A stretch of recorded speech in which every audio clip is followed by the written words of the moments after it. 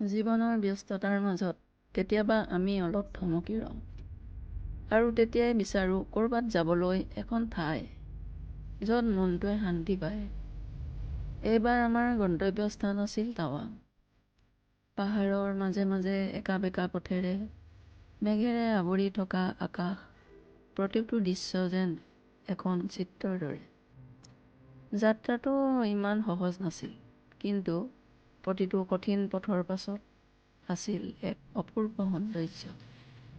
শীতল বতাহে মোক চুমি যায় আৰু মনটো ধীৰে ধীৰে প্ৰকৃতিৰ লগত মিলি যায়। টাৱাং মঠত উপস্থিত হৈ এক গভীৰ শান্তিৰ অনুভৱ পালোঁ, যেন সময় থমকি ৰ'ল। সূৰ্যাস্তৰ সেই সোণালী পোহৰে পাহাৰ আৰু আকাশক এক অনন্য ৰূপ দিলে। এই ভ্ৰমণ কেৱল এখন ঠাই দেখা নাছিলোঁ, ই আছিল অনুভৱ, শান্তি আৰু স্মৃতিৰ এক সুন্দৰ যাত্ৰা। এই স্মৃতিবোৰ আমাৰ হৃদয়ত সদায় জীৱন্ত হৈ থাকিব। আপোনালোককো আমাৰ সৈতে এই যাত্ৰাত সহযোগ দিয়াৰ বাবে ধন্যবাদ।